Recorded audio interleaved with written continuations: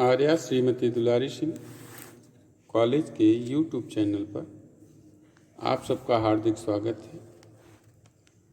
आज हम आपको डीएलएड 4th सेमेस्टर में पेपर फर्स्ट आरंभिक स्तर पर भाषा एवं गणित के पठन लेखन तथा संख्यापुर संबोधन क्षमताओं का विकास के अंतर्गत आज हम आपको विराम चिन्हों के बारे में आज हम बताएंगे। तो पिछले वीडियो में हमने आपको ध्वनियों के लिपि संकेतों को पहचान कर शुद्ध रूप में पढ़ना बताया था। आशा करते हैं कि आपको हमारे द्वारा बताई गई बातें समझ में आएंगी और साथ साथ आप अपने नोट्स को भी प्रिपेयर करते चलेंगे, जिससे कि आगामी परीक्षाओं में आप अच्छे अंक अर्जित कर सकें। तो चलिए शुरू करते हैं आज का टॉपिक।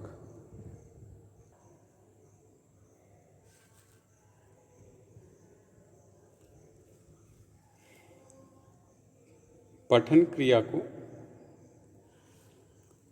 पूर्ण रूप से यानी अर्थ ग्रहण करते हुए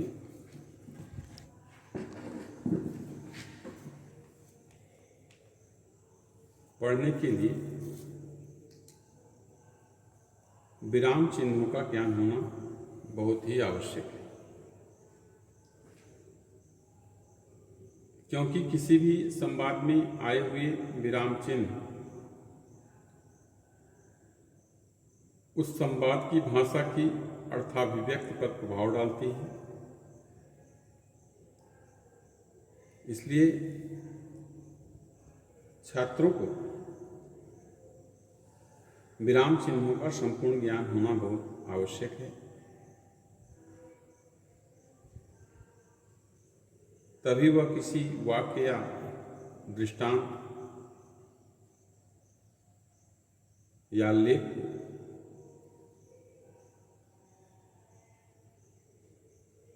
अर्थाभिव्यक्ति पूर्ण पढ़ और समझ सकता है।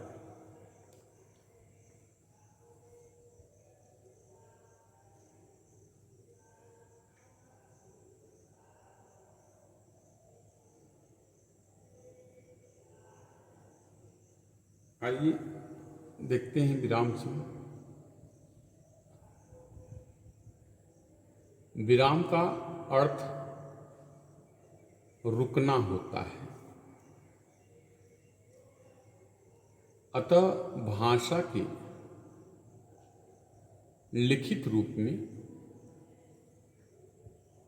रुकने अथवा विराम के लिए कुछ संकेत चिन्हों का प्रयोग किया जाता है, जिन्हें विराम चिन्ह कहते हैं।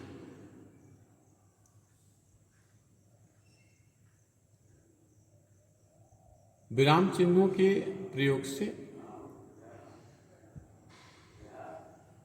भाषा की अर्थाभिव्यक्ति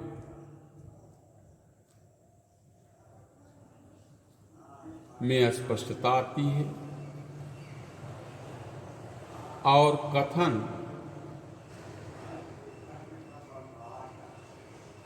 प्रभावपूर्ण बन जाता है। जैसे रोको मत, जाने दो। रोको मत जाने दो। यहाँ पे रोकने का निषेध हो रहा है और यहाँ पे जाने देने का निषेध हो रहा है। एक वाक्य में रुकने के लिए बोला जा रहा है और दूसरे वाक्य में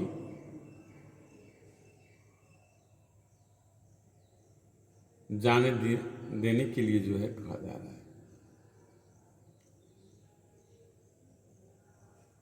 तो अगर विराम चिन्हों का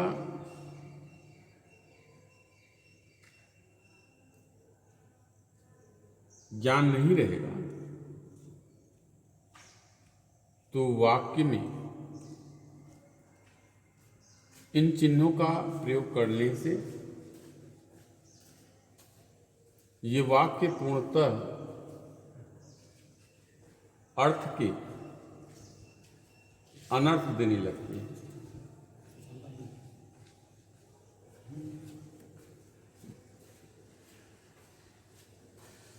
आइए विराम चिन्हों के भेद को देखते हैं। विराम चिन्ह कितने प्रकार के होते हैं। तो सबसे पहला अर्धविराम। ये अर्धविराम का चिन्ह है। वाक्य में पूर्ण विराम से कम देर ठहरने के लिए अर्धविराम का प्रयोग होता है।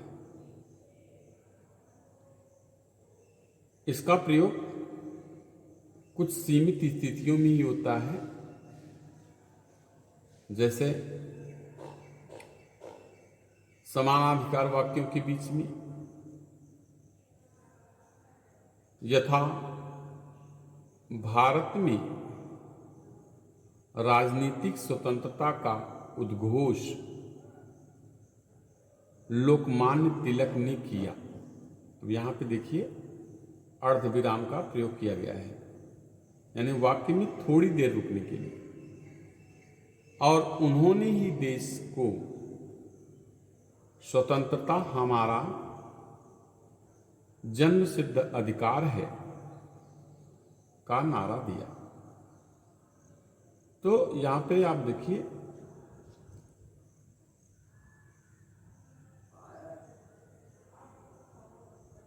अर्धविराम चिन्ह का प्रयोग किया गया है। दूसरा होता है प्रश्नवाचक। ये प्रश्नवाचक का चिन्ह है। इन चिन्हों को एग्जाम में पूछा जाता है,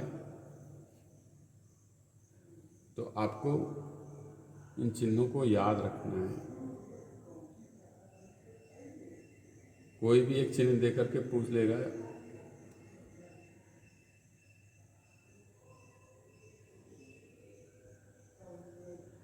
या कोई प्रश्न कोई जो है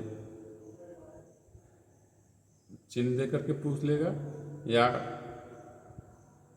नाम दे करके उसके चिन्ह को पूछ लेगा। दूसरा है प्रश्नवाचक। प्रश्नवाचक चिन्ह का प्रयोग मुख्य रूप से प्रश्नवाचक वाक्यों के अंत में किया जाता है। जैसे तुम्हारा पता क्या है, यहां पे देखिए प्रश्न पूछा जा रहा है। या जैसे पूछा जाए तुम्हारा नाम क्या है,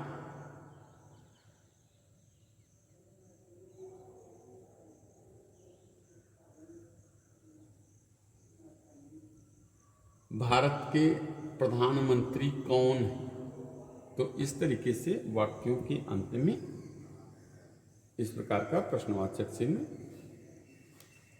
लगाया जाता है।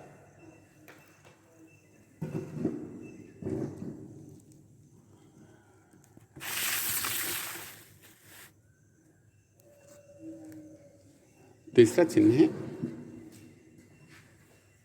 अल्प विराम। ये अल्प विराम का चिन्ह ये है, और इसको वाक्य में अल्प विराम का प्रयोग वाक्य के मध्य में अर्ध विराम से कम समय रुकने के लिए किया जाता है।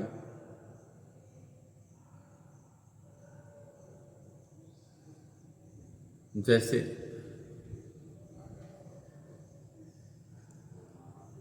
एक ही शब्द या वाक्यांश की पुनरावृत्ति हो, जैसे भागो भागो आतंकवादी आ गए हैं।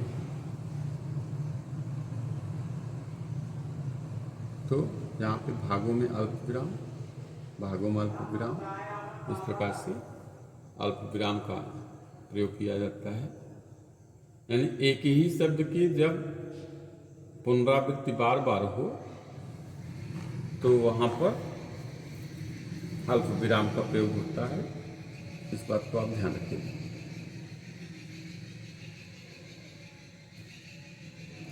अगला है अवतरण या उद्धरण चिन्ह। ये देखिए, अवतरण या उद्धरण चिन्ह है।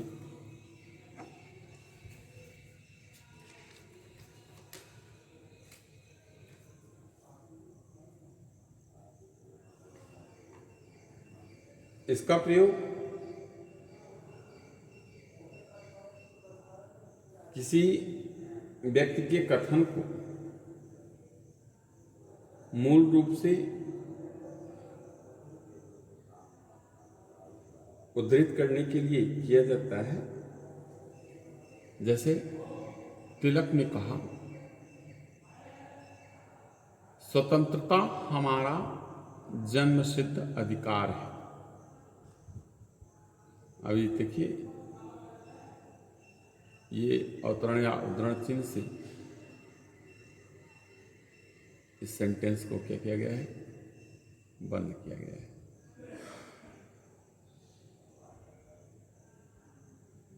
तो जैसे मैंने क्या बताया आपको कि किसी व्यक्ति के कथन को मूल रूप से उद्धृत करने के लिए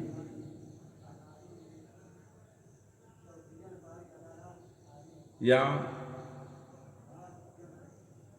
किसी व्यक्ति के उपनाम, पुस्तक का नाम भी निकाय उद्धरण चिन्ह में लिखा जाता है। जैसे अगर हम लिखें कामायनी जयशंकर प्रसाद का महाकाव्य है, तो कामायनी के पहले उद्धरण चिन्ह लगाया जाएगा। इसके बाद में है पूर्ण विराम, जिसका प्रयोग आप सभी अक्सर किया करते हैं। पूर्ण विराम का प्रयोग सरल, मिश्र और संयुक्त सभी प्रकार के वाक्यों के अंत में किया जाता है। जैसे हमें विश्वास है कि भारत आगे बढ़ता ही रहेगा। एक वाक्य है, वाक्य के अंत में पूर्ण विराम चिन्ह का प्रयोग किया गया है। इसके बाद में है विस्मयादिबोधक या संबोधक। ये है चिन्ह विस्मयादिबोधक या संबोधक का। इसमें आश्चर्य, हर्ष, शोक, उत्साह का भाव प्रकट करने के लिए इस चिन्ह का प्रयोग किया जाता है। जैसे अरे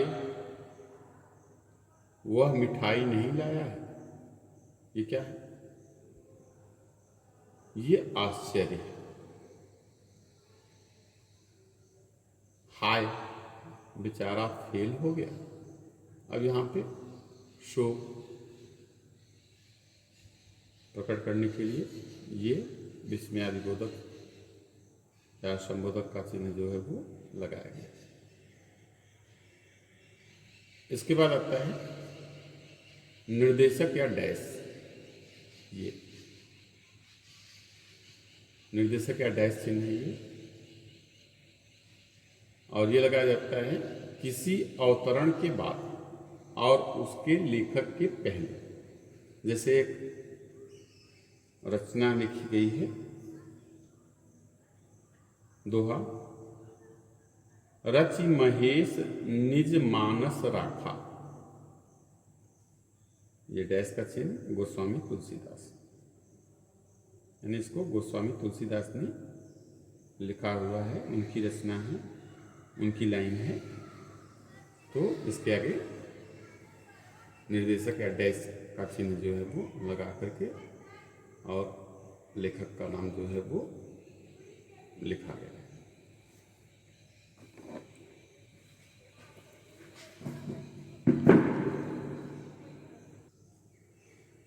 इसके बाद में है योजक या विभाजक चिन्ह।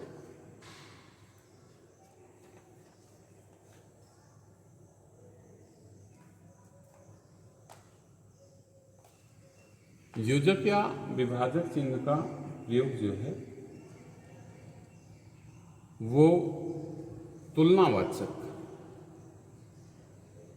अगर कोई शब्द है और तुलनावाचक शब्द है तो वहाँ पे योजक या विभाजक चिन्ह लगाया जाता है।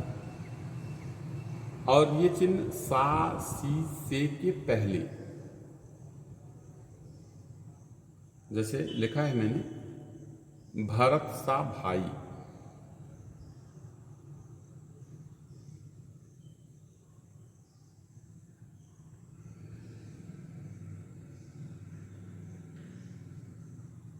ठीक है। राम जैसा पुत्र,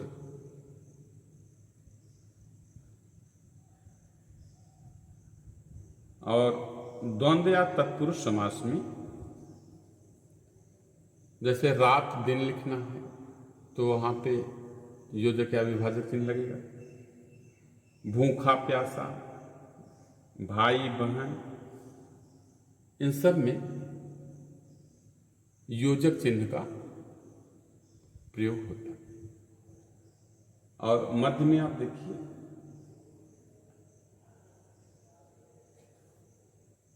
जैसे मैंने लिखा अंगद रावण संवाद, तो अंगद और रावण के बीच में ये योजक या विभाजक चिन्ह लगा हुआ है।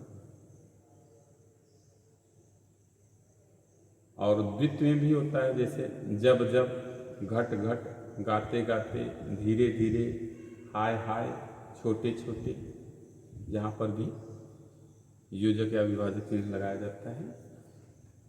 और अक्षरों में लिखी जाने वाली जो संख्याएं होती हैं उनके अंशों के बीच में जैसे 1/4, 1/3, हाँ। इसके बाद में है हंस पद या त्रुटि परक। ये हंस पद या त्रुटि परक चिन्ह है। ये लिखते समय जब कोई अंश लिखने से छूट जाता है तो उसके लिए ठीक स्थान पर यह चिन्ह लगा दिया जाता है।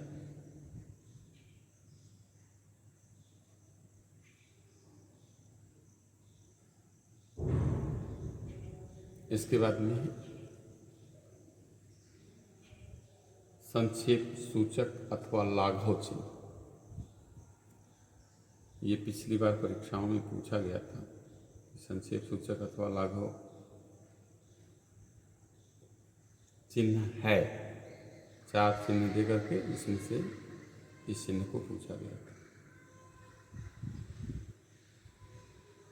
तो इसका प्रयोग शब्दों के संक्षिप्त रूप को लिखने के लिए होता है। जैसे MA, अभी आप DL.Ed ही कर रहे हैं तो DL.Ed, तो वहाँ पे लाघव चिन्ह या संक्षेप सूचक चिन्ह लगाया जाता है। क्री प्री उ, कृपया पन्ना उलटिए। इसके बाद में कोष्टक। कोष्टक भी 3 प्रकार का, बड़ा कोष्टक, मझला कोष्टक और छोटा कोष्टक। कोष्टक के भीतर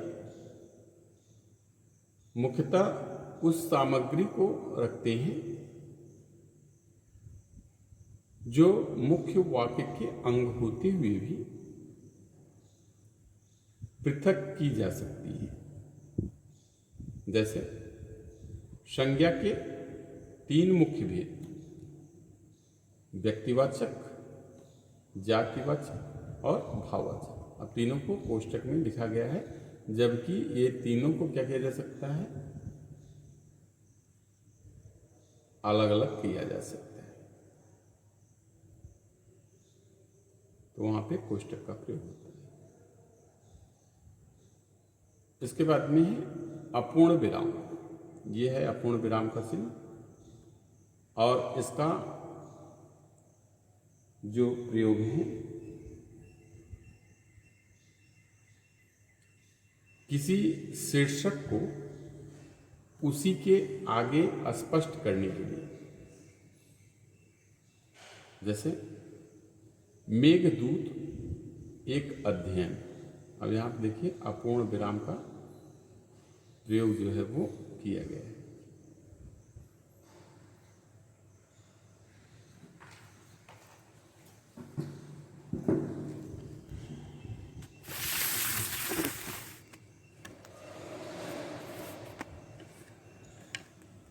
इसके बाद में है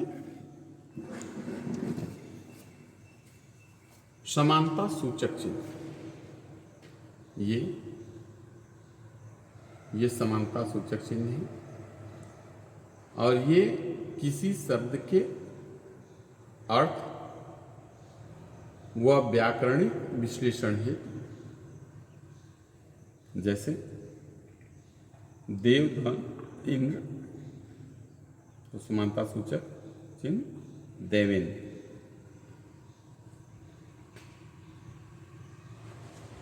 दिवस, धन, उत्सव, समानता सूचक लगा करके दिवसोत्सव।